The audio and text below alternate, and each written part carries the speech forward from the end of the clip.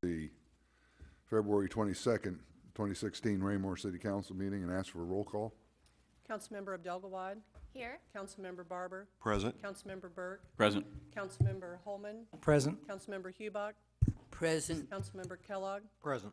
Councilmember Moorhead. Present. Councilmember Stevens absent. Mayor Kirkhoff. I'm present. We do have a quorum. If everybody please rise and join me in the Pledge of Allegiance.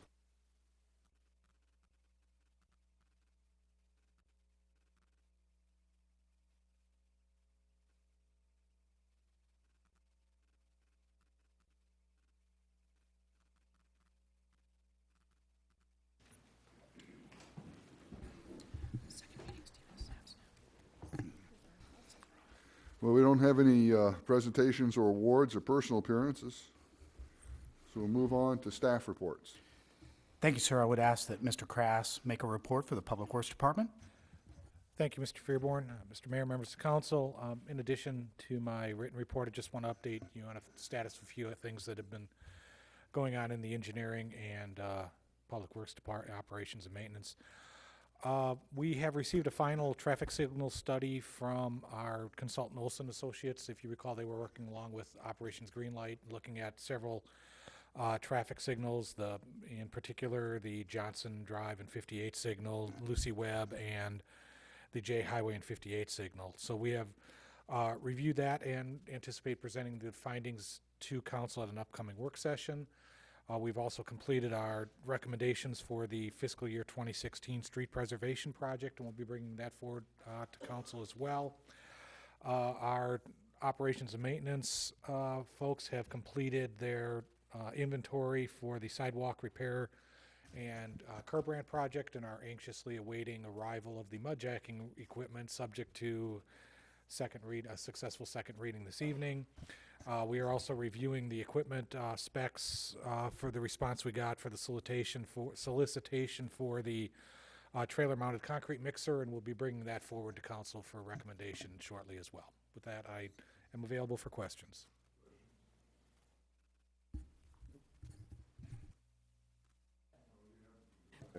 When we bought the paint striper last year, I offered to take it on the inaugural ride down 58. I don't suppose I can do that with this equipment, probably. Is that a pretty fair assessment?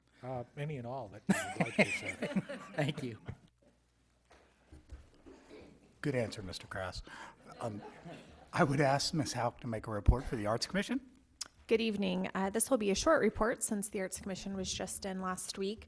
I'll just remind everyone that the deadline for the call for artists for this art exhibit in the council chambers is due March 1st. There's more information on the city website. In addition, the Arts Commission is working hard on pulling together its final proposal for the public art project this spring and summer scene, which is June 11th. Their next meeting is on March 8th. I'd be happy to answer any questions. Questions of staff? Thank you.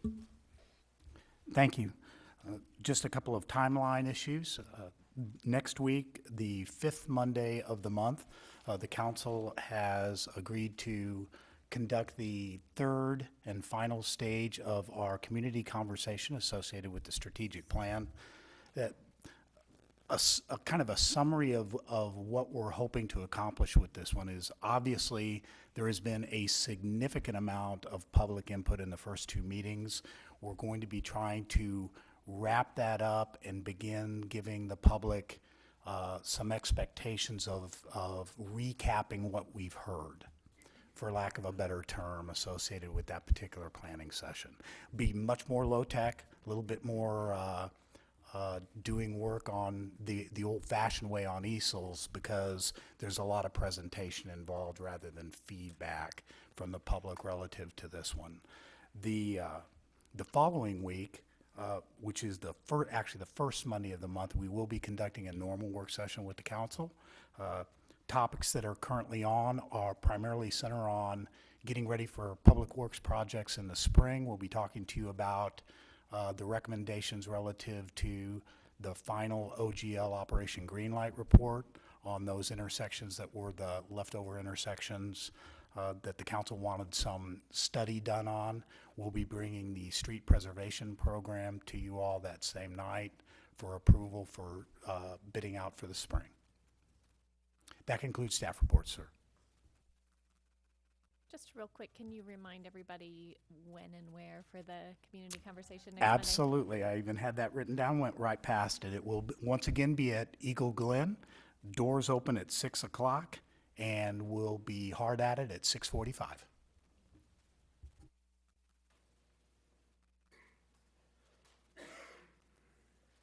All right, then. We'll move on to committee reports. We have no committee reports. I'll entertain a motion on the consent agenda, though.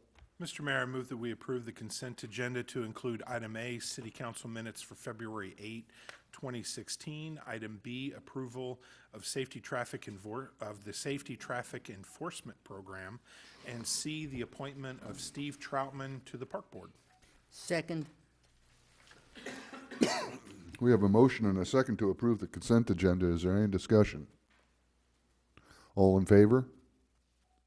The motion carries unanimously. Move on to unfinished business. May we have the second reading of Bill 3143 by title only?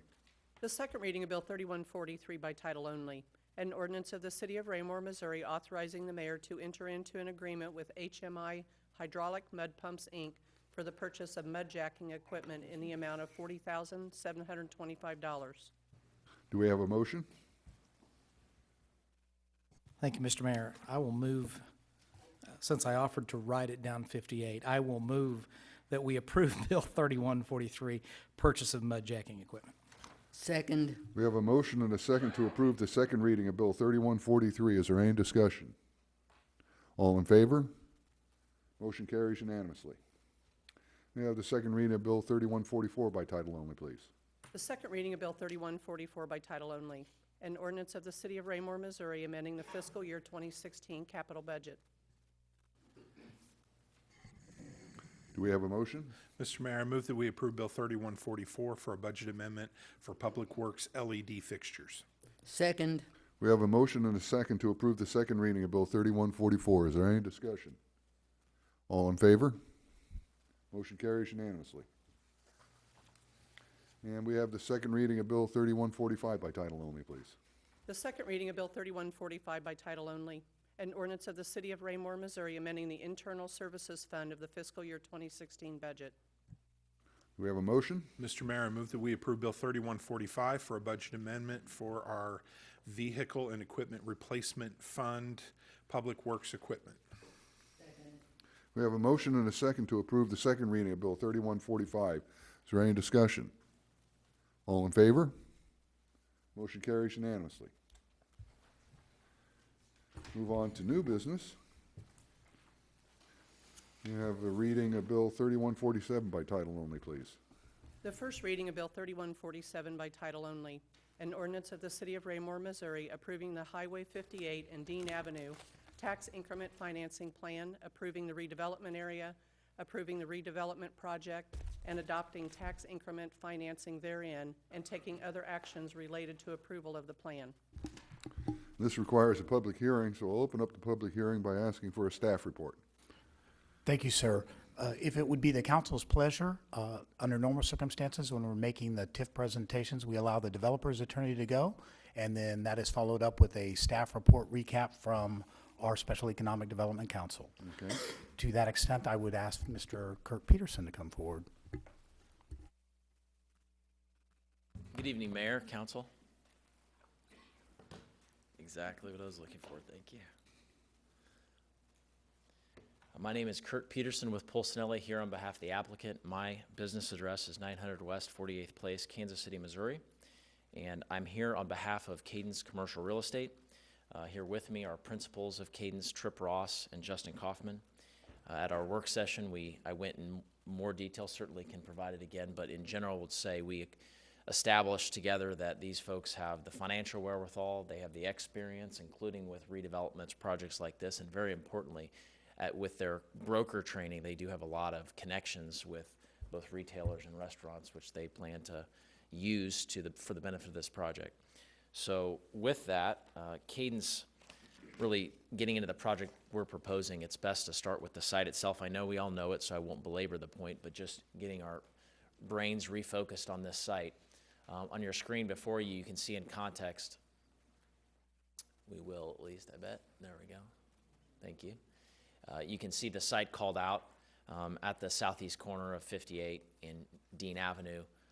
Zooming in, we'll get the hang of this. Right click like that.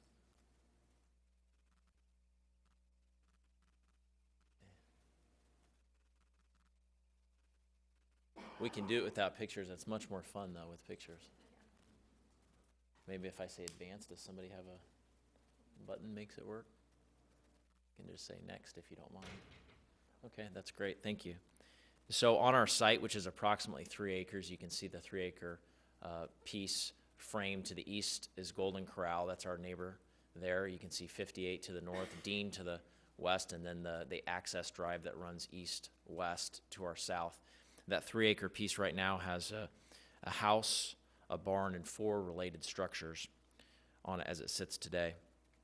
You all know the site in that it's surrounded by commercial. It's surrounded to the north by pads on the other side of 58. It's surrounded to the east by Golden Corral, Walmart, and other pads to the west, and then Lowe's, Sam's, and pads to the south. So certainly sits within an island of commercial in all directions. Skipping to the next slide, again, as we looked at the work session, going the other way, we'll show the future land use plan. And again, no surprise, we could have inferred it, but it's true. It certainly calls for the long-term use of this site, not to be residential or ag, but instead to be commercial like its neighbors. So again, that's our site that we're working with. Skipping now to conservation, because as you know, to be eligible for tax increment financing within the state of Missouri, you need to either you need to find one of the eligible categories to be present on your site. In this case, it's a conservation area. There was a conservation area study that was pretty lengthy that was included within the materials you received, so I will not recite every word and go through every picture that's in that study, but and you can hold me to this, in 60 seconds or less, I will summarize it for the public hearings benefit. There's really 2 main requirements to find a conservation area in Missouri. The first is that 50% or more of your structures are 35 years or older. On this site, as you see on your screen, you have 6 structures, the house, the barn, and then 4 other related structures. And using the county's records, we've identified all of them to be over 35 years or older. The second and final requirement is that you have at least 3 of the factors that are conservation area factors present on your site. We have more than 3, but just naming them, all of them off. We have dilapidation, as evidenced by pictures of the site. We have obsolescence, which in one point summed up is that this entire 3-acre piece and right next to Walmart and Sam's and all that pays taxes of approximately $2,000 a year to all of the taxing jurisdictions. Deterioration, again, is evident from the pictures. Below code structures, which is normal for something this old. Complete vacancy, 100% vacancy. And lastly, just that it's a deleterious land use or layout. As evidenced, again, it's just not the highest and best use when you have effectively, I'll call it a Walmart pad area that has $2,000 in annual taxes. So with that, that's hopefully, anybody timed it 60 seconds or less on the conservation area study. This is certainly a finding that has the evidence behind it. Next, Mayor, I'd like to go to really briefly the site history. Again, something we touched on in our work session, that this site is not something that is kind of just discovered by Cadence or any other developer. It's a site that other developers have recognized, or anybody, frankly. When you get off the highway and you're going east and you come to this, you kind of tilt your head and say, that's different. You could say something's wrong here. Something doesn't fit on this site compared to everything around it. Especially when you get the likes of a Sam's Club. You know, you usually have hot property all around it that's developed quickly. Others have tried. This site, again, it's evident that it needs to be developed, but others have tried. I personally had the privilege of being involved with some good folks that try to do it, that are sophisticated people, about a year ago, and I think everyone on this council knows that didn't work out despite their best efforts. There was a very well-known developer before that the principals in the audience here have had close working relationships in the past that came in about, call it 2 years ago or 2.5 years ago, and ran every trap they could and couldn't find a way to economically make this deal work. And in both cases, this was with TIF. So then you ask the question, again, summarizing what we went over several months ago together in a work session, why is it a tough site? You first say, while it's a great location, the land price still is we'll call it a solid land price. So you have that. You have access issues. Your main access there is to 58. You certainly have off-site improvements you need to build. If you're going to build on 58 in these days, you need a decel lane. Also, detention. As you'll see, and you can see actually in front of you right now on the site plan, just south of the building to the farthest left, the one we call Building A, it's the multi-tenant building. We now have, this is new since our work session, we're committing to underground detention so that we can maximize the potential for restaurant on the end cap of that multi-tenant building. And you all know that's a lot more expensive than above ground detention. And the reason we even have to do this in the first place, which is what makes it a site challenge, is because the regional detention that's constructed, we've not been given permission to go into that. So just another challenge of the site. There's also oil and septic tanks to remove on the 3-acre site. And there's soil issues that have been identified by the engineers and engineers before them, whether it's, I think it's types of rock, moisture, and other challenges there. So you kind of put it all together and you realize, okay, there's some reasons this has been a challenging site. Notwithstanding those challenges and the failed efforts of some sophisticated developers in the past, I'm pleased to tell you, just as we did several months ago, we think we've figured it out with the incentives requests that we have before this body, that we are confident we're going to make this project work. It's going to be something the city's going to be proud of. And I thought we could walk through the site plan and some of the elements of that now, because there have been some changes since we were last having this discussion. So, and then we'll go into the numbers after that. First, still 3 buildings, just like the concept before. Walking your way from west to east, we call the far west building Building A. It's a multi-tenant building. We will build this building and lease it. We have a signed term sheet with Kay Jewelers, which we're thrilled to tell you. Again, the largest jeweler in the world, high-class operations, and they're committed to the site. We're just finishing the lease right now with them. They'll take the west end cap. Then moving across to the other end cap, that is our hot target for a restaurant. We really want a sit-down restaurant. Also talking to a local, very attractive bar and grill that everybody would recognize, and I think most people would be excited about. There's also some other restaurant prospects that we're talking to. I pause here because, and in fact, we can go to the next slide. While I'm talking, you can look at the latest conceptual renderings of that building. Pretty good looking, lots of glazing there on the 58 side. I pause here because we've been working, as you know, with your professional staff, and it's been a great iterative process back and forth. And they've made clear, I assume it's probably the prevailing view of this body and frankly the citizens, that a sit-down restaurant or a bar and grill or something like that, restaurant, try to get those if you can. And so to be clear, and we and I will not go into the detail we went in during the work session on kind of concept level of trying to attract different types of restaurants and retailers, et cetera.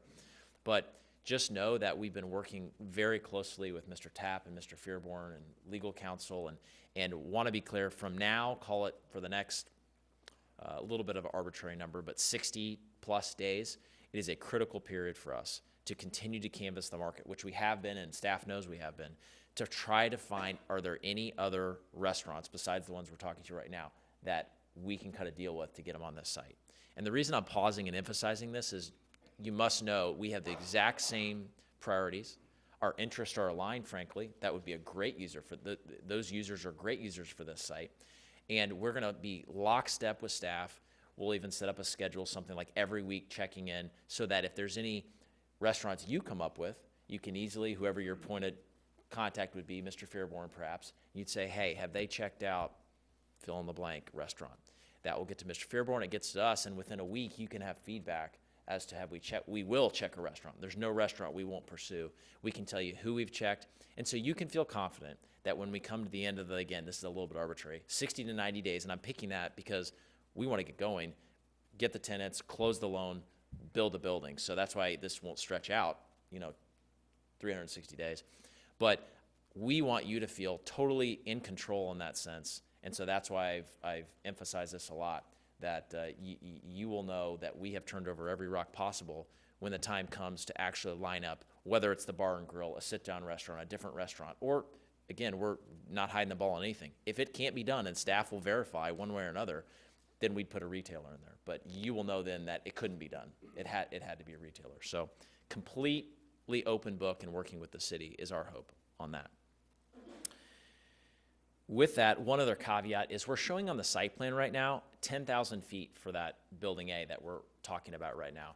That could be as much, given the variety that I just talked about, what kind of restaurant on the East Cap, what kind of retailer, what kind of sit-down restaurant, whatever it is, will demand slightly different square footage. So we've generally thrown out there, we think 10. We show that because we know we can park that, and that's one of the main reasons we did a lot more expensive underground detention there, because it allows you to park over that area. It could be, squishy numbers here, a couple thousand feet smaller, depending on how you rate it, but there you get kind of the range. It's not going to be smaller than that. It's not going to be much bigger than 10 because we can't really park it. So just for expectations, that's the size of building you're talking about on the west side. Going to building B, which is the building in the middle there, that's a restaurant building, and we're also thrilled to say that since we were first in, we told you about Qdoba. Some of you eaten there, you know it's very, very hot now in the Kansas City area. It's, you remember, I hesitate to say this because they'd probably shoot me, but a Chipotle-like concept to help you get your head around the type of food, but many would say perhaps. So see that they can't hear that on the record, but it's a great, it's a really, really, really great concept is our point. We showed conceptual renderings that I believe are in the PowerPoint coming up here, that would be really their top-notch latest building design, and we would build this at our cost, and then we would lease it just like Building A. Happy to tell you, in my excitement, I think I didn't even spit out that it was approved last week by a Qdoba committee, which is a big deal. That means it's a real deal, and now we're just working like K on the lease terms. That is Building B. Building C, which is the Far East building, is a drive-through building, and we have really been pursuing a Panda Express, as we think that's a great national user that a lot of people really like. The clearest way to say it is we think there's a lot of interest there. There has been for some time, even from my previous attempt at this with a different client. But we know to make that deal work, we need to get in the next, hopefully if everything goes well, 30 days, the incentive side, public-private partnership done. That makes that deal possible, and we think that there's a very good chance that deal makes. So I think that's a high probability deal, but we don't have it quite as far along as the other two deals I just mentioned in the other two buildings. And that building, by the way, unlike the first two buildings, will most likely be a ground lease, could be a pad sale, and they like to build their own building. So that's the expectation there. With that, just the last few things, Mayor and Council, on the site plan before we move on from that. I already mentioned the underground detention, but again, much more expensive, but we're committed to it now. Also, another key element on your screen, if you look below the building C, so we're in the southeast corner of the site plan. You now see access that heads over to the, call it now, shared drive with Golden Corral, which helps us to have a southern exit and entry point. I think many of you realize there's some challenges beyond our control to just taking our 58 entrance there and just going south straight into the access drive. You see there's a private driveway there for the house, but that is not something that's been made available to us where we sit now. So we're actually really thrilled to publicly be able to announce today that we do have an signed agreement that will allow us to have shared access with Golden Corral there to the east. So that's something new that before tonight we weren't able to share. Two more points on the site plan. Highway 58 access. There's been a traffic study that was done by our traffic engineer, and then a traffic study that was done by the city's traffic engineer. And although I'm not a traffic engineer, so I'm allowed to say this, and then staff can say I'm wrong. I'm joking. They came in the same place, that this is a safe access point that satisfies the requirements in terms of spacing between the Dean Avenue and the street to the next street to the east. But it is important, they said, to have a few details taken care of, and we've taken care of those on this site plan. One is that you have a decel lane, which you can see when you're heading east and want to turn right into the development. You have a decel lane with a taper. Something else that was mentioned specifically in the city's traffic study that we've addressed is if you find yourself wanting to go out onto 58 from the development and you see there's 3 lanes there, specifically recommended was a dedicated right turn lane so that that's an easy turn to make and those folks can get out of there quickly, not get bottlenecked. You have the right in, obviously, and then importantly, you have that through/left turn lane. So folks that want to do that, because that will always take, that can take a little more time than a right out, they really felt like that was an important improvement to make. So we've gone ahead and indicated that it'll be that way on the site plan. And the third was making sure you have some southern access, not just one access point, which we just covered with the agreement with the Golden Corral property owner. The last piece, moving to the next slide, to call out on the site plan is something we proposed at work session in concept. It should go to a sign elevation, I think, here. It's the good-looking Cadova building, and we'll get there. So we really said, staff and we had the same instinct, which is this is really a gateway for the city, and perhaps the city would like to use this as an opportunity to put some sort of, and we weren't trying to prescribe the details or exactly what it looks like, but some sort of, I'll say as a placeholder, welcome to Raymore type feature that would really be sharp and nice and would also still work well, whether we put a sign kind of behind it or off. Staff and we are on the same page that we will work with your blessing, professional staff, to figure out exactly what this looks like to serve the city's needs and be something that's kind of a proud entry point, and also still somehow show that this is our shopping center, brand and name and all of that. So again, something we're just as committed to as we were several months ago when we talked. With that, running through a summary for the public record of the request, that is both the budget and then the incentives request. This project is showing up as approximately $9.1 million all in. The public incentives request is TIF up to $1.375 million plus interest cost. The CID, which would be a 1% CID, half of which would be captured by the TIF, would be the uncaptured half would be $387,525 plus interest, for a total request to the city before you deny of $1,762,525 plus interest. The sources and uses, which will come up on the screen, shows that the public incentives dollars will be focused on just two areas, kind of addressing that grouping of challenges for the site that we went over a few minutes ago. That is partial land cost reimbursement, as well as some reimbursement for site work. The estimated duration of this TIF is 12 years. The estimated duration of the CID is slightly longer at 17 years. The point of the CID, it's probably obvious, and I think according to the policy, we all agree with this, that the CID is there really to push down the duration of the TIF to make it as short as possible, which is what we just saw in those estimates, the TIF being shorter than the CID. The return analysis that was included with the TIF plan that you saw as an exhibit shows that this project, no surprise, given this is why it sat, one of the reasons it sat so long, has a negative return if we try to do all this without any city support. But with the incentives package that has been proposed, it shows approximately a leveraged internal rate of return of about 14%, which, as the city staff I know will agree, is a moderate, doable request without asking for too much of a return. Really, one comment on the city's TIF policy before we conclude. We went through the TIF policy line by line, Justin and Tripp and others at Cadence and myself, to really try to conform to this policy. And that's why you see, for instance, a TIF request that's below 15% and an overall incentives request that's below 20%, because we took it seriously. There are other details that, again, I'm happy to address if you'd like about the policy, but I think what you'll find is, again and again, through that robust policy, this project fits squarely, and I just want you to know it wasn't by accident. We really did try to respect the new policy and still make some money where it makes us worth doing the project, but also abide by your wishes as a city from a policy perspective. A sentence on the cost benefit, because it's important. The taxing jurisdictions at TIF Commission, by their unanimous vote, I think thought this was a very balanced approach for the taxing jurisdictions, which of course would include the city. Hearkening back to it one more time, property taxes are only $2,000 for everybody every year, all the taxing jurisdictions, which is really nothing. And then there's no sales tax generated, which both of those stand in stark contrast to the dollars that you can see on the screen coming up.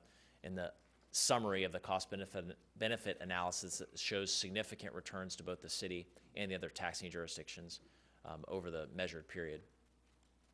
With that, I will conclude, Mayor, but hope everyone knows we're very excited about finally, hopefully, being able to develop this important piece of property, and we're an open book, and if there's anything you'd like to talk about tonight or in the weeks to come as we're finishing leasing and all of that, assuming that we get approval here in 2 weeks, then we'll make ourselves available. Thank you for your time. Thank you. Is there any questions of the applicant? Go ahead. Thank you, Mr. Mayor. You mentioned the traffic studies done by both your firm and the city. Do you have an estimated traffic count of cars moving into and out of the facility once it's up and running? You know, I'll shuffle and pull it out while I'm talking. What I know off the top of my head is stacking, which to me is, again, I'm not a traffic engineer, but I do this, I'm around it every day. And stacking during rush hour, trying to go out, like if you're thinking like me, that's a hard movement, was estimated to be approximately 1 car length, meaning they don't think people will stack right there. Either they'll go right or they'll go out. People won't try to challenge rush hour going left other than an occasional person, one car stack. So that was a pretty key finding for me. As to actual counts, whether staff wants to speak to it or, or I can go pull the study, but that's what I know for sure off the top of my head. And neither group found a need for any additional traffic devices, traffic control devices at that intersection. Is that correct? Neither, again, I know there's a traffic engineer in the room, but neither study recommended traffic control at that intersection. I find that a little difficult to believe as I drive that intersection multiple times a day. I also know that it's one of our highest traffic accident locations within the city. I can't imagine that by pumping more traffic into it, we're not going to have more problems. That's why I asked for the traffic count. So if you could find that, it would be helpful to me. Sure, absolutely. Thank you. The other thing I just note, because this is an important topic to talk about, and again, I have the benefit of not being a traffic guy, being a real estate developer attorney, so I see this stuff all the time. So I kind of go very high level on it. And one thing that I ask about, at least for our traffic engineer when I first got the study back, was really talking about distribution. So, people have two choices now since we have this other southern access point, and there's 2 signals on either side, not too far away, on either side of the project. And really talking through, is part of your analysis, a distribution that if it's busy, let's say rush hour in the afternoon, this site is not really likely a morning site. So rush hour in the evening between 4:30 and 6, will most people that want to go west, because they said many people want to go east and it's no big deal. A lot of people want to go east, but people trying to go west, it's just like, I always say the water analogy, right? Which I think is very traffic engineerish, that water will go where it's easiest to go. And since there's signals right there, maybe the very first time somebody encounters that, they might say, man, I don't think I'll care to do that during rush hour. I will use the signal next time. And the other thing they added was, this is not a site that's attracting first-timers day in, day out. It's a lot of repeat users to the site. So I think all those together cause them to use distribution that would use the lights a lot when it's busy. So I hope that helps, but we will pull the numbers. Other questions? Thank you, Mr. Mayor. In the definitions, first of all, thank you for a concise, very pointed report here. I took half a day off Friday, and this was my entertainment instead of work. So anyway, I appreciate how straightforward this was and how easily it was to digest. As going through it, in the definitions on page 5, definition V as in Victor, it says intentionally omitted. Can you explain that to me, please? I just don't understand what that's about. Sure thing. But I would like to know. Sure thing. That's a good question. It has to do with, in some deals, there's the possibility of asking for bonds, and this wasn't a bond deal, so that I think in the alphabet you'll see kind of how it lines up. O is right there. This was obligations as in bonds, so we just took that out so it wasn't confusing, since that wasn't what was being requested. Other questions? Go ahead. You obviously have the exit now on the southeast corner, but you have the cut-in that I believe was the original driveway entrance. And showing in the picture, obviously, it looks like you still have the ability to pull in. Do you foresee a possibility of gaining an additional southern entrance or exit at a later time? Point 1 is that this part, but kind of building it logically. Point 1, it's not within our control. Point 2, based on past that I've experienced firsthand and then also hearing, it doesn't seem likely that that is something that will be possible in the future based on it not being under our control. But third is, if cutting through there from a logistical standpoint, making a curb cut is no big deal. So I will say, without committing that for sure, that everybody be all in favor of that, I think there's a strong likelihood if that was just made available, that could happen. But again, I'm not, without pulling the whole design team. So it's the first 2 points that are probably the most troubling part. Okay. As to your traffic study, and I'm going to later ask the staff of this as well, there has been some rumor or talk about the potential closing of the Kentucky road right there at 58. Did your engineers take into consideration how things would change if that occurred? Because obviously you have a central lane there to go straight, and that would, in essence, become obsolete. If that goes away entirely, which I wasn't thinking that was entirely going to go away, but you know better than I, so let's go with the premise of your question.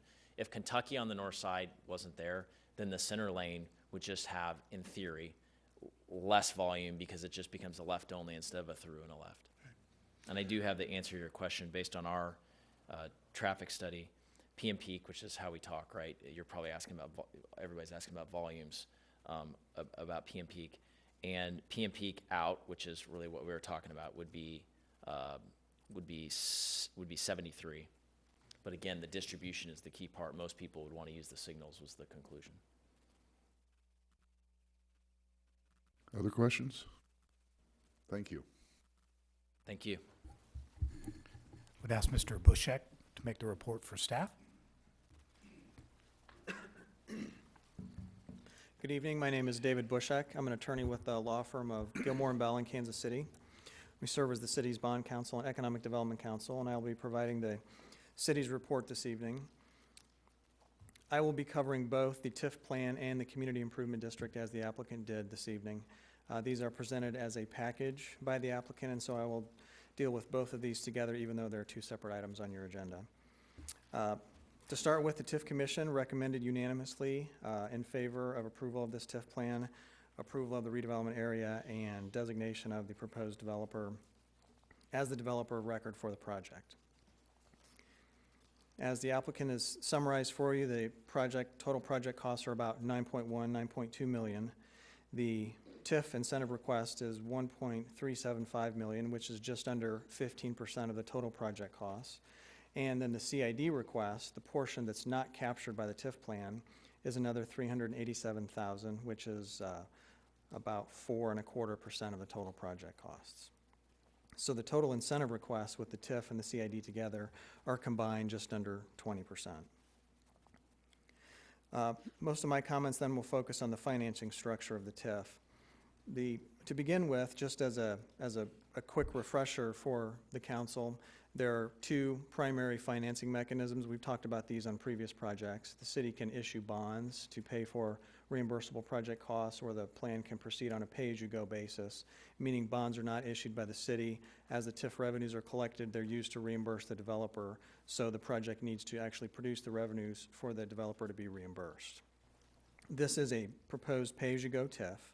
The applicant is not proposing that the city issue any bonds. So only as the revenues are generated by the project would the developer be reimbursed. In that sense, then, the developer bears the risk of reimbursement. The developer intends to obtain private construction loans for construction of the portion of the projects that's not funded by equity investment or by third parties. So again, the entire financing will be private financing. Then as to the two revenue sources, first, the incremental increase in property taxes or pilots. The plan will capture 50% of the incremental increase in real estate taxes, and 50% of those, the incremental increase in taxes, will be surplused out to the taxing districts, meaning that all of the property taxing districts will receive an immediate benefit from the project to the tune of half of those incremental increase in property tax revenues. Then, as to the sales taxes, the plan would also capture what's allowed by statute, 50% of the incremental increase in sales taxes, and both of those two revenue sources then would be devoted to reimbursement of the reimbursable project costs for the developer. Then the third funding source is the additional 1 cent CID, would function much like the CID sales tax does that is surrounding this property associated with the Galleria project. Half of that incremental sales tax from the CID will be captured as TIF revenues, and so the developer has accounted for the flow of those revenues in the TIF plan and in their CID documentation. The developer projects that the TIF plan will last for about 12 years, and the CID will last for about 17 years, after which the developer will be fully reimbursed for all TIF and CID eligible costs. Applicant is not requesting any sort of super TIF contribution. As we've discussed with a previous project, a super TIF contribution is essentially the city kicking in additional revenues that are generated by the project from the city's side of revenues. The developer's not requesting any additional revenues, just the 3 revenue sources that I summarized already. And so since the developer's not requesting the city issue any debt, no backing of any debt has been requested, so no city general fund revenues will be placed at risk through the approval of this plan. The sales tax revenues as compared to the real estate tax revenues, it's about an 83 to 17% split, meaning about 83% of all of the costs that will be reimbursed to the developer come from the sales tax side, and about 17% of the reimbursable costs will be from the incremental increase in real estate taxes. Briefly touching on the findings, the applicant's already presented a brief point on each of those findings, but I'll just reiterate. Developers requesting that this be declared a conservation area. The factors associated with that request are the dilapidation of the buildings, the obsolescence of the buildings, deterioration of site improvements, abandonment, and vacancy in the existing buildings, which I'm sure you're familiar with. The but-for finding requires that the council find that without the use of TIF, the project would not occur, and the applicant has presented their rate of return analysis to demonstrate to you that without the use of TIF, the project would be economically infeasible and they would not undertake it. Cost-benefit analysis has been provided. You've already seen that data, and the applicant has discussed that tonight. They've demonstrated what the benefits would be to each of the taxing districts if the project is approved. As to the financial feasibility, they have presented a bank letter indicating that the project would proceed with private financing along with the funding that they would bring to the project and one of the third parties that would be developing a structure on the site. And also, finally, then, the plan contains all of the contents that are required of the TIF Act, and so it is ready to proceed forward, and you can act on it this evening. As an implementation step, we will be negotiating a TIF contract that is anticipated to be presented to you for the first time at the next council meeting.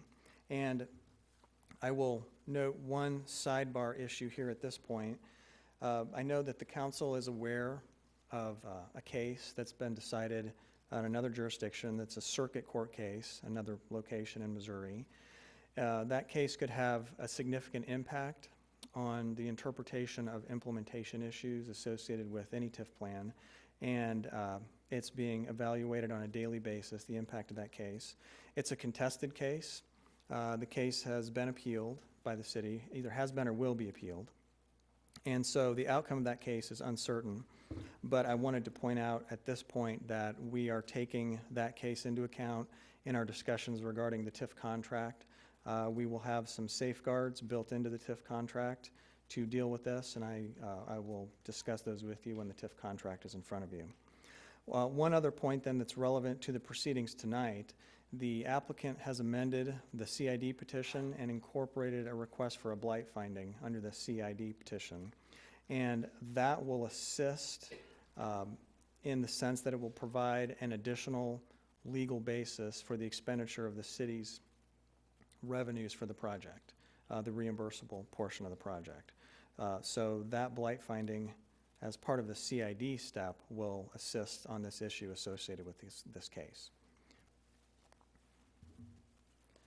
The city has adopted an economic incentive policy, as you're familiar with, and this is the first TIF plan, first new TIF plan that the city will be considering under this policy, so I thought it would be helpful to walk through some of the guidelines. And what I'm looking at are the guidelines that are contained in Section 8 of that policy dealing with the city's consideration of TIF plans.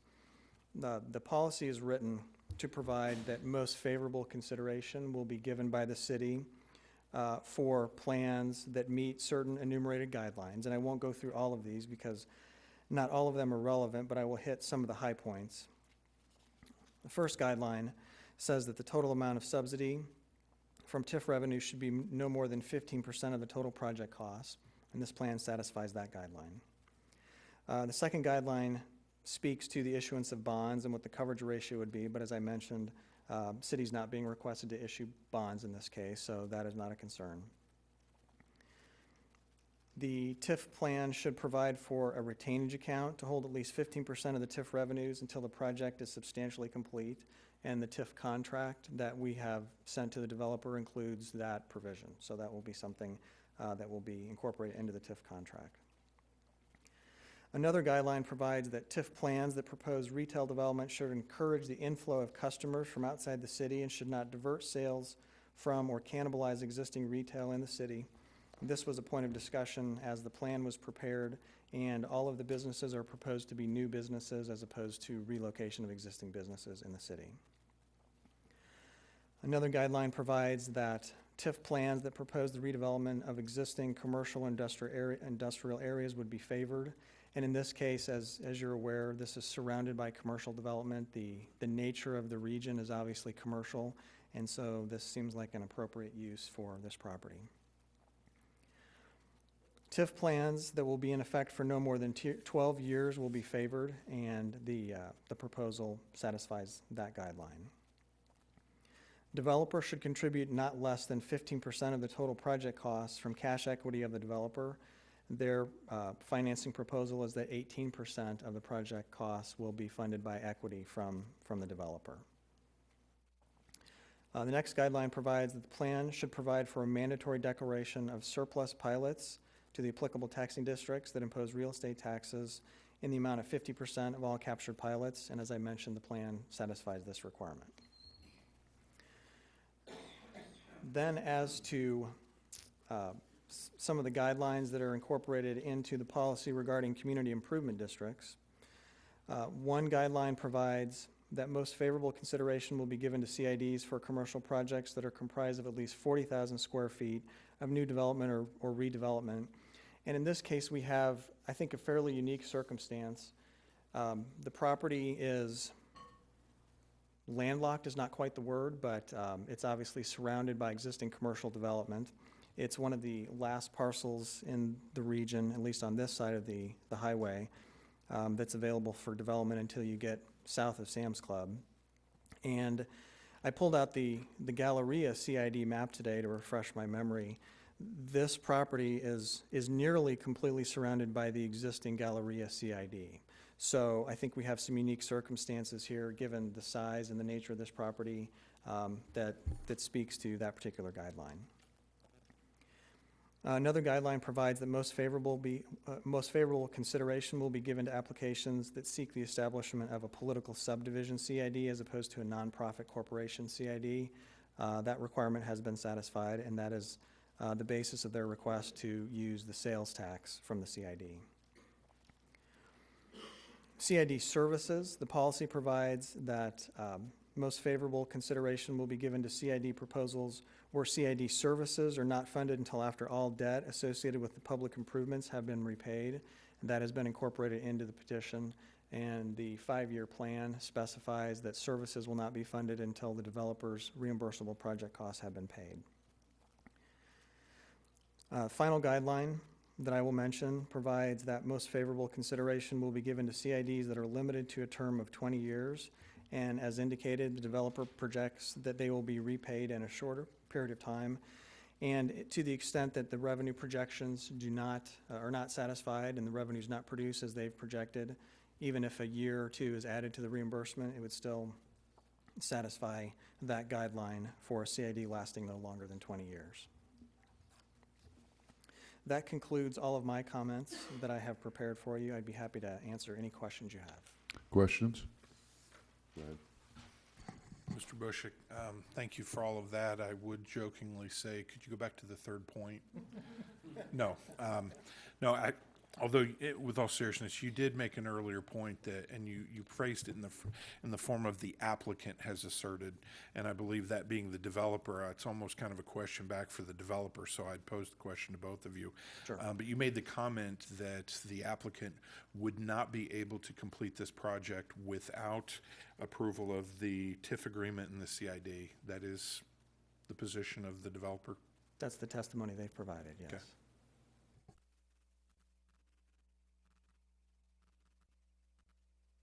Thank you, Mayor. Question about, you were talking about a pending case. You said, at one point you said, I wanted to say that you said another municipality, and then later on you said the city. Mm-hmm. They were both referring to another municipality. That's right. The Okay. case does not deal with Raymore. It doesn't arise in Cass County. It's not from this jurisdiction. So one of the issues that we're dealing with is that technically it's not binding. It's not binding in this jurisdiction, but the interpretation provided by that court on the particular facts in that case may be relevant to other cities. So I didn't mean to confuse you there, but it has nothing to do with Raymore or Cass County. It's another jurisdiction. Thank you. I wanted everyone else to not have that same Right. question either. Thank you. Thank you.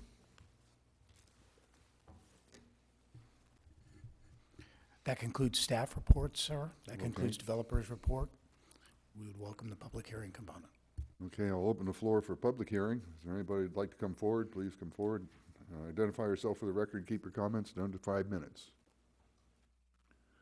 Seeing nobody come forward, I'll close the public hearing. And I'll entertain a motion. Oh. Come forward. Identify yourself for the record. Hi, my name is Barbara Swartz. My parents and I and my sister, we moved in here in 1973. So we've been here a long time, all right? This is all sounds wonderful and fine, but have you all forgotten we are not Lee Summit, we are not Belton, we are not Grandview. These are places that are so close. We are like a bedroom community, I feel, okay? We are talking, what was this, 9.1 million total? Isn't that what was said at the first of this? And a TIF of $1.73 million, right? Okay. We have the federal deficit of $19 trillion, which comes out to an exorbitant amount per person, man, woman, and child. I was told when I went to that one Reimagine Raymore, there's only about 20,000 people here in Raymore. My goodness, the cost of all of this, where do you think people are going to come from? Right across the road in Belton, they have all these wonderful places and stores. Lee Summit, another hop, skip, and away. Beautiful places to buy things, have a dinner, have a lunch. We are Raymore. We are a small town community. That is what I understood from the last Reimagine Raymore. People want those values. By going into so much debt, how can you keep it a small town and have those kind of values when we are up to our eyeballs in debt? My goodness. Then you have also, has anybody even thought they are discussing increases in minimum wage? What is that going to do to the restaurants? You go to Olive Garden, you go to, even at Wendy's, they have that soda pop machine there for people to place an order and go get it themselves. They have it where you can call in on your smartphone, pick up an order. People need to see and think. They're finding out ways to get rid of the minimum wage worker, right? McDonald's is already starting to develop ways to eliminate your hamburger flippers. I was once a hamburger flipper at Wendy's. I know, okay? Those kind of jobs don't pay you lots of money. They're fine for a summer job, but not for feeding a family and everything. But I'm saying, what is going on here? Doesn't anybody understand? Inflation is about to go sky high, all right? We're just getting out of a recession. Ha ha. I have to watch my checkbook. I can't go in and say, oh, I need some tax increment funding. I'll just go and ask, okay? I don't understand. Tax increment funding really boils down to your average citizen having to pay for it, from what all I've read. So I'm not in favor of that. I'm saying, people, let's not go into so much debt. There's plenty of businesses and restaurants around. Again, I say, they're going to raise the minimum wage, getting rid of people, laying off people. These people won't have money to go and buy whatever they want to. Think about it, $9.1 million. I can't even begin to fathom my mind around that much. Stop and think, do we really want to go into so much more debt? I know the developer says they're going to pay for it and no bonds and everything, but stop and think. Can you budget, can you balance your checkbooks and live like this? I can't live off of thinking I'm going to get this much money in when I don't. Think of your own budget in your own household. I have a budget for my house. I have to live within it. Raymore surely should have a budget to live within their means. We only have 20,000 people, that's what I've told. All these plans of grandeur, that's not for Raymore. We're not big enough yet. We're the bedroom community. We have all these large communities just a stone's throw away, okay? That's my thoughts in being conservative, okay? Thank you for listening to me. Thank you. Physical or mailing? Physical is 414 North Prairie Lane. Is there anybody else who'd like to come forward? In that case, I'll close the public hearing, and I'll entertain a motion on Bill 3147. Mr. Mayor, I'd love to make a motion if I could go back to our agenda on our computer so I could actually read the exact language. I would become a little more, okay, now I can do it. Okay. All right, thank you, Mr. Mayor. I move that we approve Bill 3147 for the Highway 58 and Dean Avenue tax increment financing plan. Second. We have a motion and a second to approve the first reading of Bill 3147. Is there any discussion? Mr. Mayor, I have a question. A concern that I have had for some time has to do with the traffic flow in and out of that. And all I hear is that they will not, the existing people will not allow entrance and exits there. But I haven't heard what the city can do to require them to do it. We shouldn't let one developer hold the rest of the city at hostage because they don't want to have an entrance or an egress in their properties. Can you all tell me about that? The city can only control public access. To the degree that the developer is proposing items that the city's transportation engineer and consultant are recommending for this, they have implemented those on this plan. After the development takes place, and Councilmember Holman alluded to this to some degree, down the road, this entire intersection area is going to be subject to a transportation study once it's entirely built out. That will probably require some public access changes, there's no question about it. But we need to find out what the dynamic is of the entire area being built out. We now have a significant corner on the other side that's vacant. We have no idea what's going to happen there, but we would want to address any public access issues in a more comprehensive manner after we know what's actually going to be there. Any other discussion? Mr. Fairborn, a couple questions. First of all, what we are being asked to look at tonight is the approval of the general TIF plan itself, and that we believe it is a sound plan for the parties to enter into. The actual TIF agreement will be negotiated subsequent to tonight, and we will be able to review that at a later date. That's correct, sir. Okay. And for clarification's sake, because I appreciate comments that have been made, I just for the sake of, because I can understand the shock of this, $9.1 million is not what the citizens of Raymore will be paying. In fact, that's an exorbitant cost that the developer is actually agreeing to bear, and that the 1.7 million, roughly 1.7 million included within the TIF agreement and the CID, that is not money out of the general fund of taxpayers.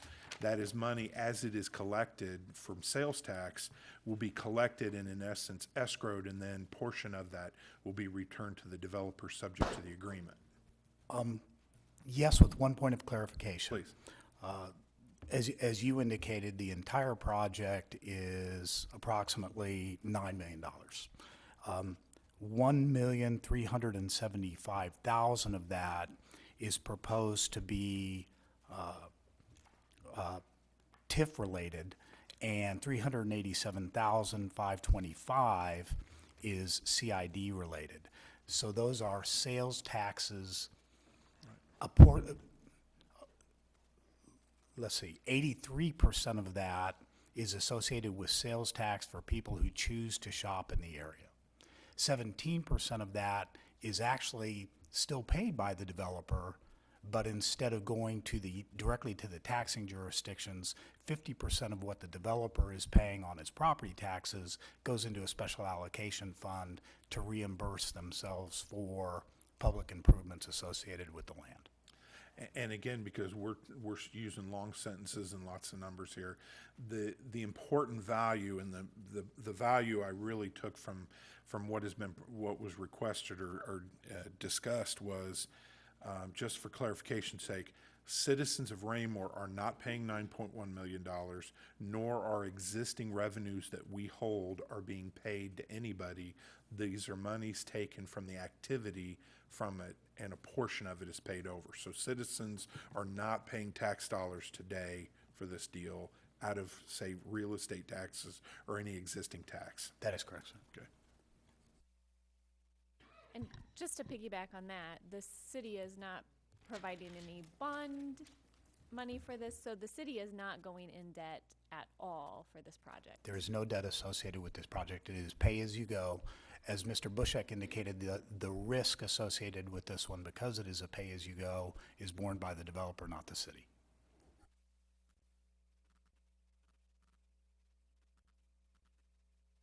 Thank you, Mr. Mayor.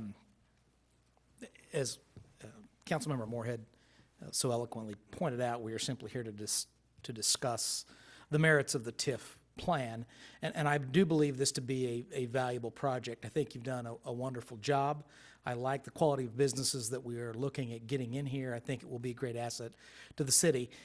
In addition, I think that the TIF plan is a very creative one. I think both staff and you all should be commended, and I am in support of it. However, just to stay above board and keep all cards on the table, it's not the first time you've heard it from me. You've heard it from me the second time tonight, the first time at our orientation session on this project, and I will be on this. You will get tired of hearing me about this. I will not sell public safety down the road for this project. I am in favor of it, and if we have two legitimate traffic studies saying that it won't be a problem, I'll buy in initially. But I will watch this project like a hawk. I will be watching the traffic accident numbers and conversing routinely with Chief of Police Jan Zimmerman about this. Should there be an issue, I will be the strongest and most vocal advocate on this committee, on this body, to make immediate traffic changes on 58 to keep our citizens safe. I just want that to be a matter of public record, and I want everyone to know that.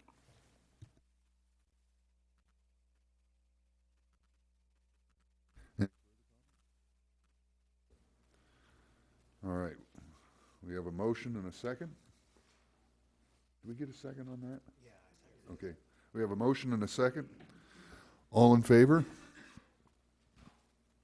Passed unanimously. May I have the reading of Resolution 2016-1 by title only, please? Be the bill for the said Bill 3148. Oh, 3148, up, sorry, please. The first reading of Bill 3148 by title only, an ordinance of the City of Raymore, Missouri approving the petition for establishment of the Highway 58 and Dean Avenue Community Improvement District. This also requires a public hearing. I'll open the public hearing by asking for a staff report. So the staff reports were combined staff reports for both. Staff would recommend proceeding immediately to the public hearing. All right, in that case, I'll open the public hearing by asking anyone who would like to come forward. Identify yourself for the record. Keep your comments to under 5 minutes. Seeing nobody come forward, I'll close the public hearing, and I'll entertain a motion on Bill 3148. Mr. Mayor, I move that we approve Bill 3148 for the Highway 58 and Dean Avenue Community Improvement District. Second. We have a motion and a second to approve Bill 3148. Is there any discussion? Mr. Mayor, I am concerned across the street from this project is a business that just went out, and the reason they went out was because it was underproducing enough to keep going. Will we have that same problem on this side of it? That is a concern when the buffet business went out. Now we've got that business.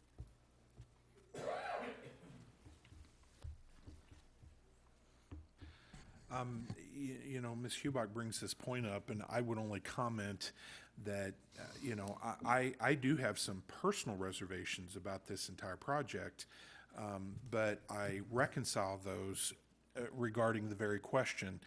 I'm not going to speak to any business activity north of 58.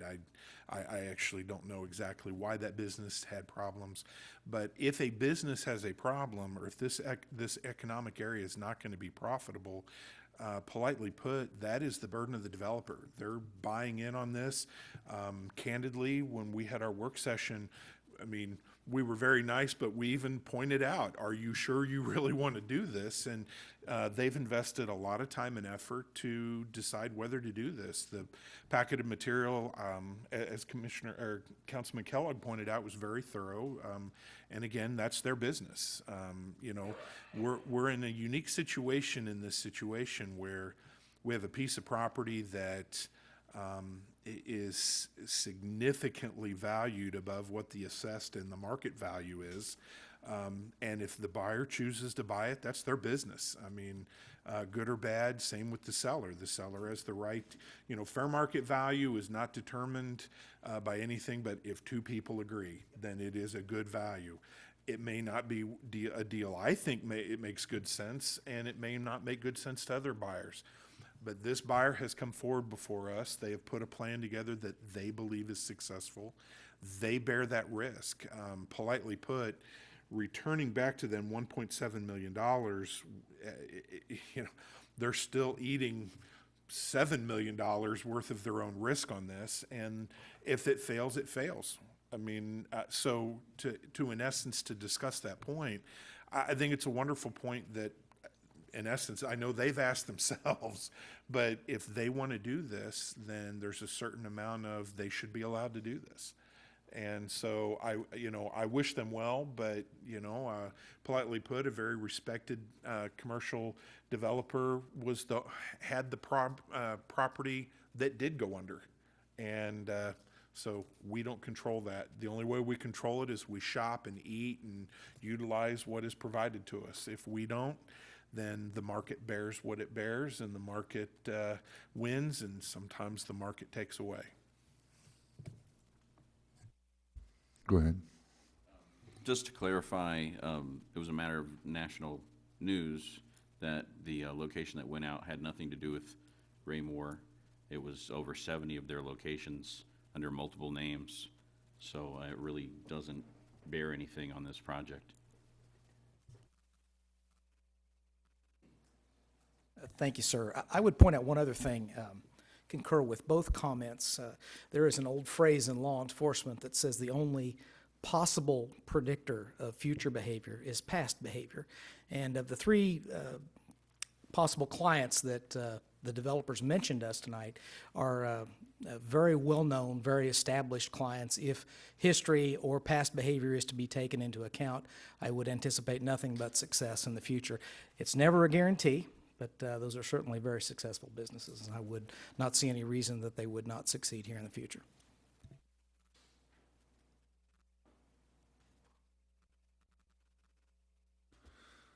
Okay, there is a motion and a second. All in favor? Motion carries unanimously.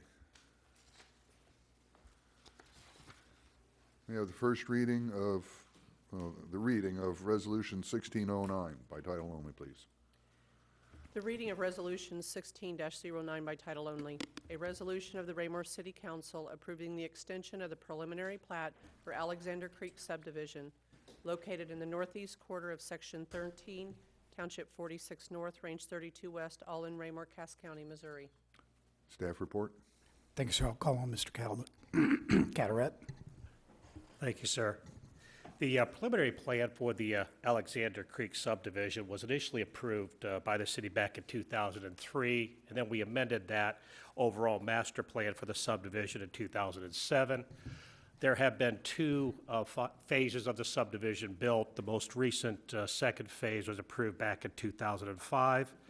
The current property owner, identified as Alexander Creek Holdings LLC, was not the original developer of the subdivision. They purchased the undeveloped lots in the second phase and all the undeveloped land back in 2014.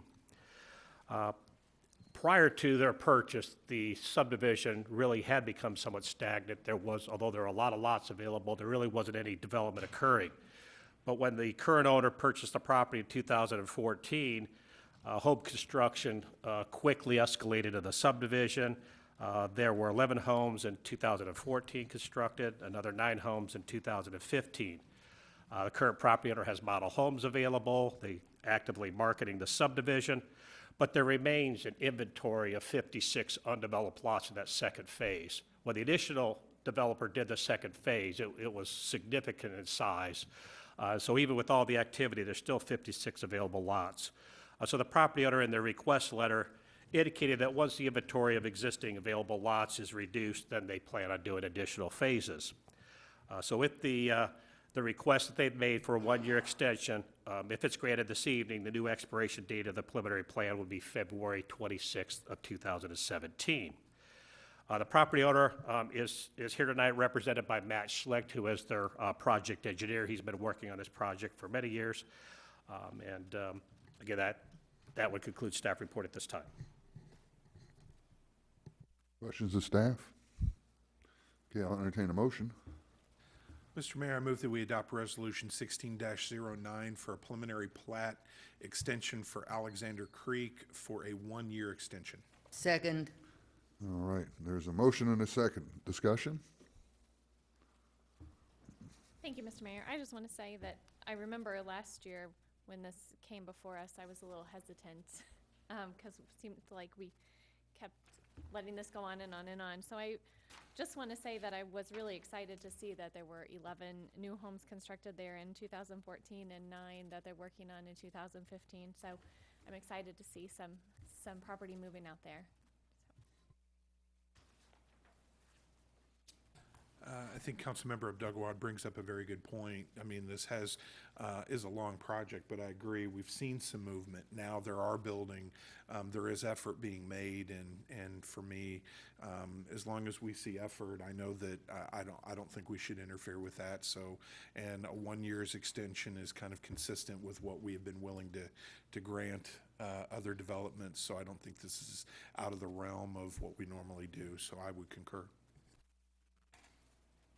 Thank you, sir. I would concur with both of those comments, and I would add that another thing that kind of makes me feel good about approving this project or voting for approval of this project would be that the developer obviously cares enough about this project to be present tonight.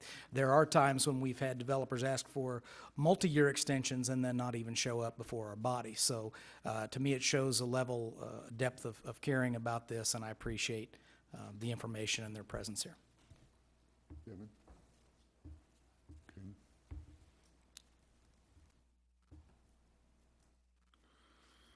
All right, there's been a motion and a second. All in favor? Motion carries unanimously. I have a reading of Bill 3146 by title only, please. The first reading of Bill 3146 by title only, an ordinance of the City of Raymore, Missouri, approving and authorizing the mayor to enter into a contract to purchase property from First Baptist Church of Raymore in the amount of $60,000. Staff report. Thank you, sir. I would ask Mr. Catara to make the staff report. Thank you, sir. Back in 2014, city staff began discussions with representatives of the First Baptist Church of Raymore regarding city use of church-owned property that's located at 201 South Adams Street, which is the property consists of a home and approximately 0.69 acres at the southeast corner of Maple and Adams Street. So this home and property is directly south of the First Baptist Church, but it's also directly adjacent to land area that the city's been utilizing for the farmers market. Initially, the discussions with the church centered on developing a memorandum of understanding for the city's use of church-owned property. We also were negotiating a lease agreement to utilize that property. Through months of discussions and time going by, the church ultimately agreed to sell the property to the city. And so negotiations on that purchase commenced. The real estate contract that's included in your packet includes a purchase price of $90,000 for the property. The city is receiving credit of $30,000 for agreeing to remove the existing home that's on the property, which makes the actual purchase price for the property $60,000. After the closing on the property, the city does intend to demolish the structure and level out the site and clean up the property. The contract also includes a commitment by the city to construct some angled parking spaces along the south side of Maple Street. This was part of the negotiations with the church, where they wanted to have parking spaces available not only for their use, but for any individual's use. So the city did agree, and there's a plan included with the contract to install some angled parking spaces along Maple Street, which would be very similar to the angled parking you see along Washington Street and Olive Street. We estimate approximately 24 spaces would be able to be constructed there. The agreement calls for those spaces to be constructed by the end of 2017. Again, it's part of the agreement with the church, but the spaces are not limited to only church use. They're certainly open to the public. They're a public right-of-way. But it does provide, perhaps when there's special events or church services, where individuals could utilize those spaces if they were attending the church services. The Park Via Lieu Fund proposed to be utilized to purchase the property. The fund has a projected fiscal year 16 balance of a little over $123,000.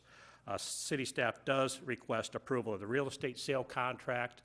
If the contract does move forward, we are working towards a possible closing date of March 17th. That concludes staff report. Questions of staff? Kevin? Thank you, Mr. Mayor. Do we have the staff expertise to demolish the building in its entirety, or is there certain specialties that we will need to acquire or procure before that's done?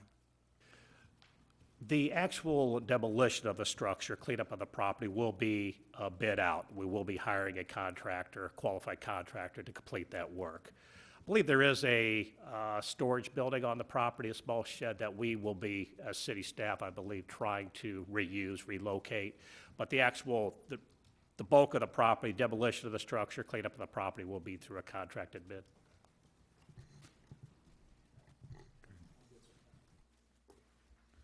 All right, I'll entertain a motion. Mr. Mayor, I move that we approve Bill 3146 for a contract for real estate purchase. Second. There is a motion and a second to approve the first reading of Bill 3146. Is there any discussion? Go ahead. I think this is an excellent purchase. It's going to add on to TB Hanna Station. We've invested a lot of money there. The depot was finished this past year.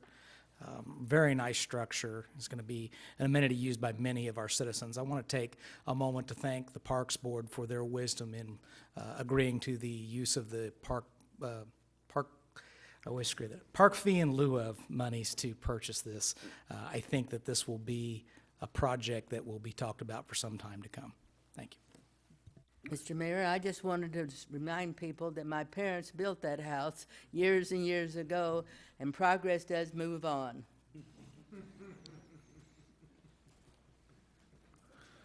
Okay, there is a motion and a second. All those in favor?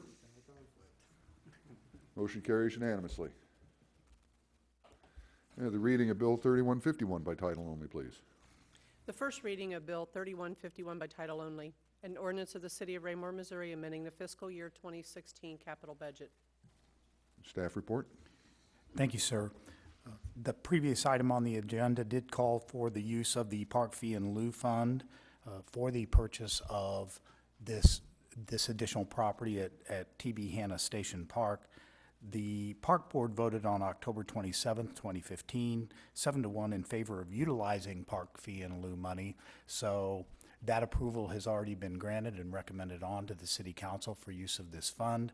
Because the beginning of the budget year 2016 did not call for this purchase as of yet, it is necessary to conduct a budget amendment to insert the purchase into the Park Fee in lieu fund as a capital purchase.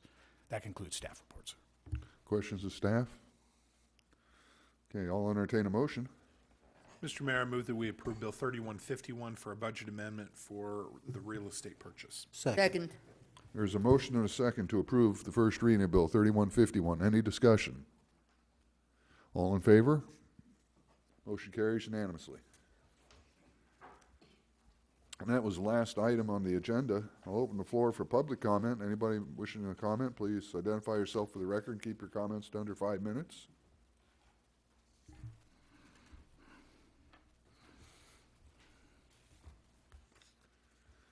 Okay, we'll move on to Mayor Council communication. This evening, we'll start with Commissioner Abdel-Gawad. Thank you, Mr. Mayor.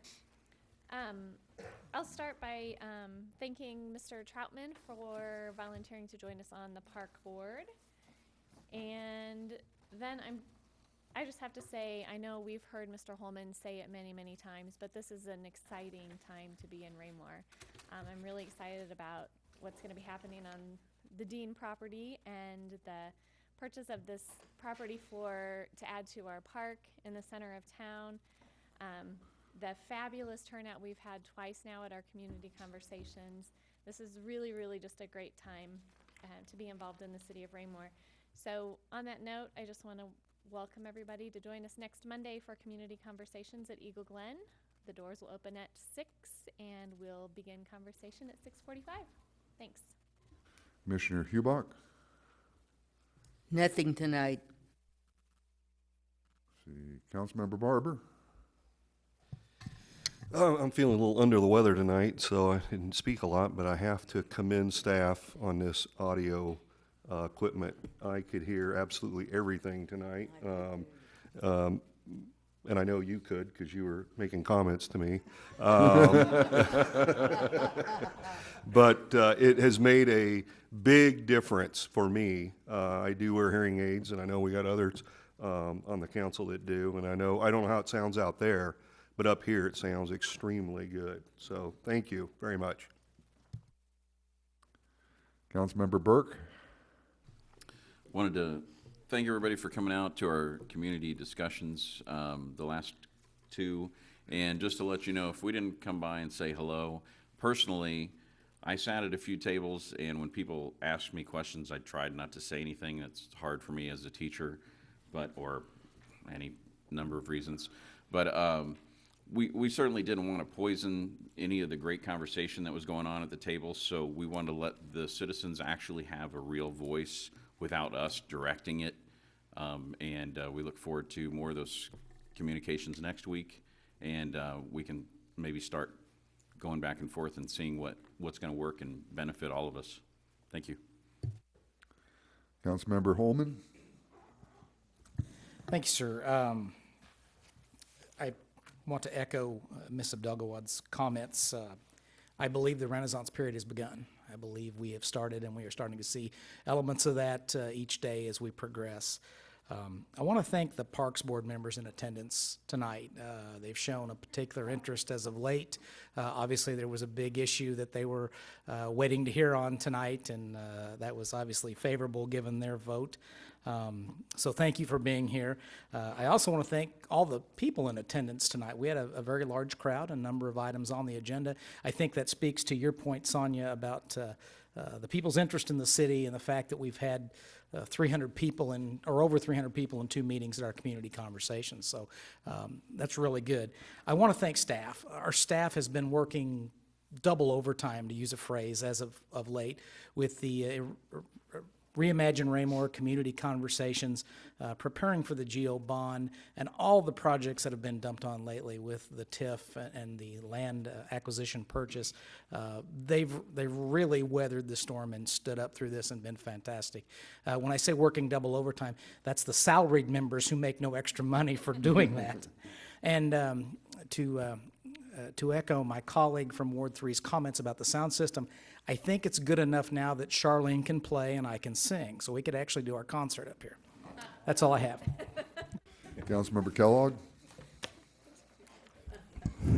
Thank you, Mr. Mayor. Mrs. Hubach doing karaoke, that would be, No, she's going to play. she plays piano. I want to thank staff for their help, particularly this last weekend. Jeannie, thank you so much. You were very quick to my request. Dave Bushek, our special counsel, thank you for assisting our city clerk with that.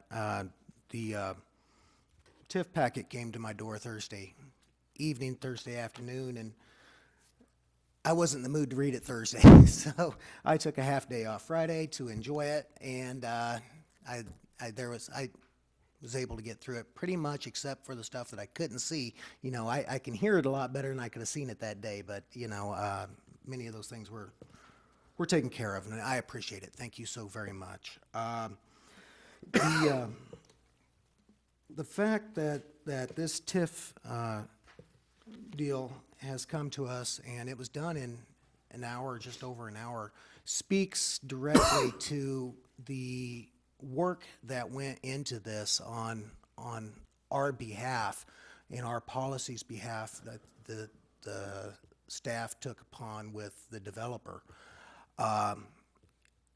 People may think that this was a rubber stamp. This was not a rubber stamp. I know for a fact that all of the concerns that I took to staff were hammered out and dealt with and negotiated to where this was a smooth effort. And tonight was evident to this council member. So thank you to all the staff that participated in this and taking the interest of the city into heart. I can say this, after almost 8 years sitting up here, I have never once had a developer ever stand there and say, if you have a restaurant, please let us know. That's the first time I ever heard that, and trust me, I've got them. So, Jim, I know Jim already knows about them. And this is discussions that I had just as much as today at work, you know, when the people at work found out this was going on. Many different restaurants come to the discussion. What people don't understand is that, you know, and this is where I appreciate the developers so much and being so open and transparent and not so secretive about the leases that they're pursuing, is that you just can't lay out a request like a Christmas list.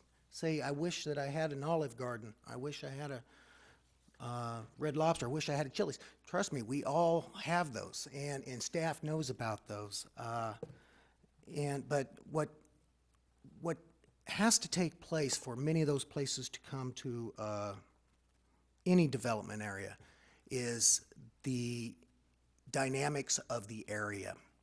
You know, you have to have a certain store anchor to get other neighboring businesses and that. And that's what I see, and I've said this many times over the years, is that we need to be able to facilitate those folks that we want to come in. The Olive Garden, the Red Lobster. We're not going to do it without national retailers. We're not going to do it. We've got a national retailer that is 99.99% done.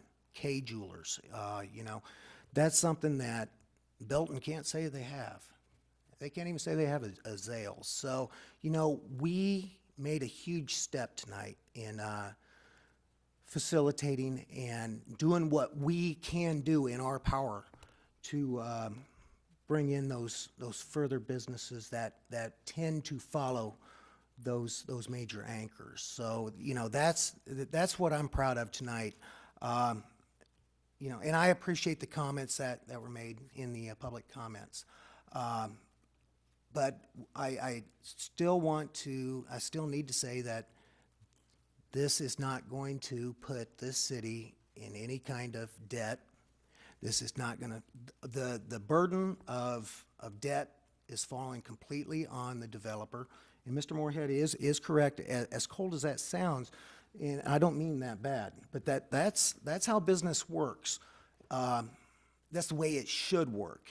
You know, it shouldn't be that a business is able to flourish and then say that they fail, and the city still have to pay the interest on that. And I can go right down the list how many projects in neighboring cities that have been that way.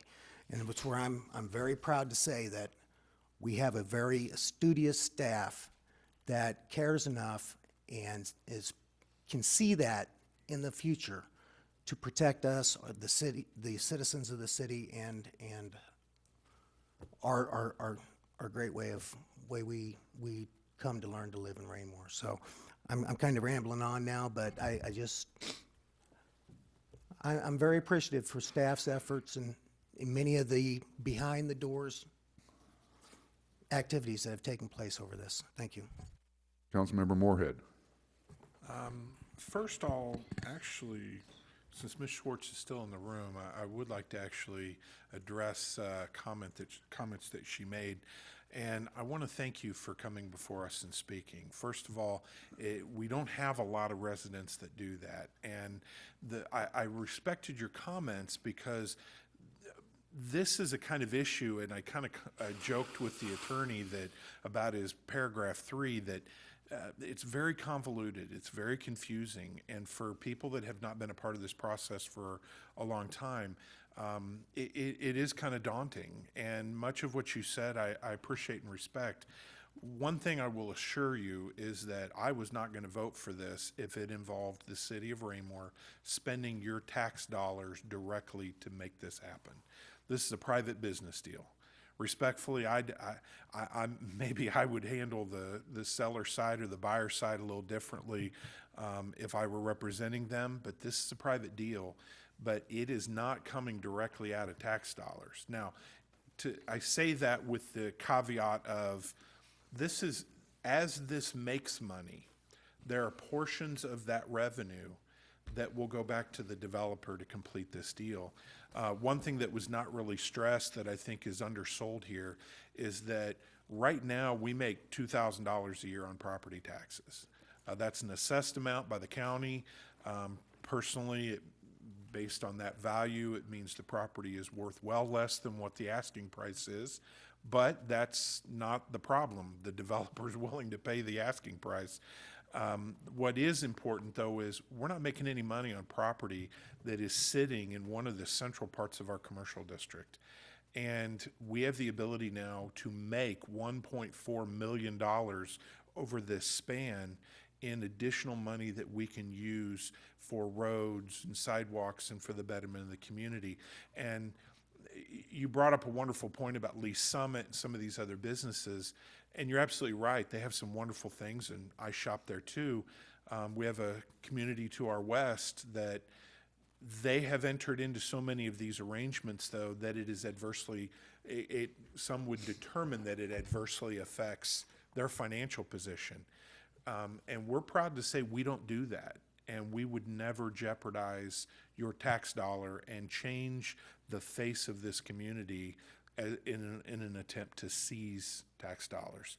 So I guess I want to assure you that I respect what you said, and I take it warmly, and I want to keep that bedroom community also. But there are certain times when we want to keep our tax dollars here too, because when I go to Lee Summit to shop, I'm taking my money and I'm giving it to another town for them to use and for them to keep. So I value your comments, and I thank you for speaking, and I hope some of our discussion kind of helped, but I can absolutely assure you, and I don't speak for my council members, although I doubt I'd get much fight from them, we're not going to sell away Raymore, especially for a private business deal.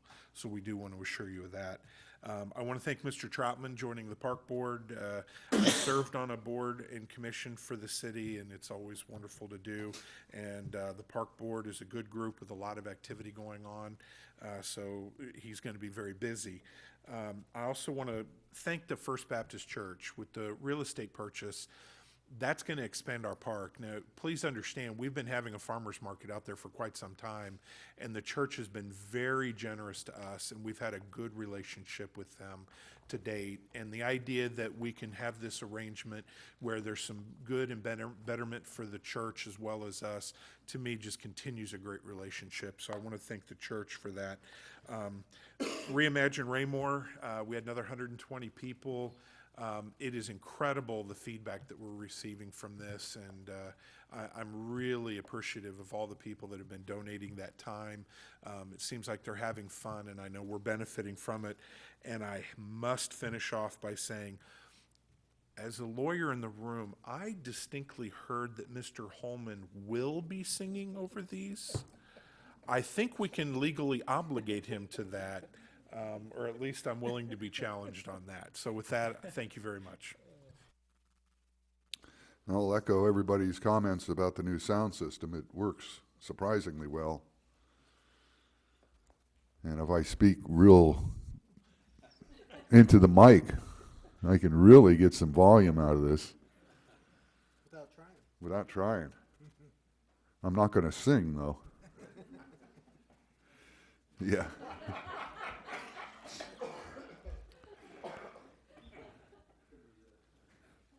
Our third Reimagining Raymore session is coming up soon. If you haven't been to one, come on out.